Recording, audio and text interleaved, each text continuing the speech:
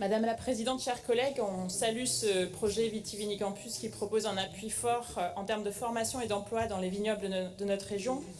Alors que même, comme on l'a déjà entendu ce matin, le Bordeaux et le Cognac vivent une crise économique et sociale sans précédent. Je voudrais aussi rappeler à nos collègues que c'est aussi une crise environnementale en lien avec les conséquences du dérèglement climatique et de l'effondrement de la biodiversité désormais bien visible.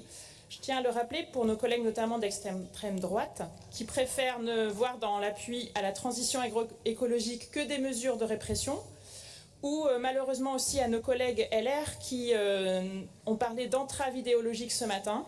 Et ce qu'on veut faire, c'est tout le contraire, c'est accompagner techniquement et économiquement les agriculteurs pour adopter des pratiques, c'est pragmatique, des pratiques agroécologiques pour faire en sorte qu'ils puissent mieux vivre dans le monde qui vient. Sur le Vitivinicampus, comme on en avait discuté en commission, on a deux demandes.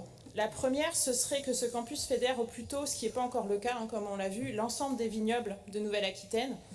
Ce sont bien tous les vignobles de notre région, jusque tout au nord et tout au sud, même moins connus et prestigieux, qui vivent aussi cette crise économique, sociale et écologique.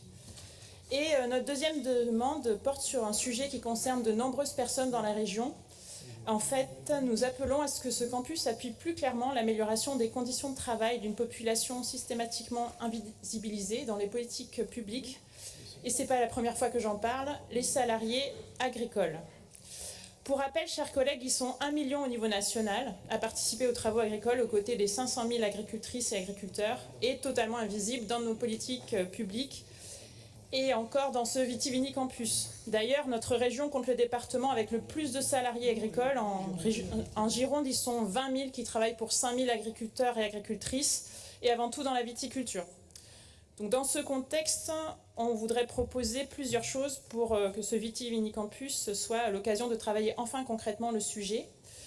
Nous voterons pour cette délibération, mais nous suggérons dans les améliorations possibles 3 possibilités. La première proposition, c'est de rajouter une vraie fiche action pour déployer un vrai plan de formation continue à destination des ouvrières et des ouvriers viticoles. La deuxième proposition, c'est de rajouter une autre fiche action pour cibler la formation de l'ensemble des viticultrices et viticulteurs au droit du travail et au management en tant que tel.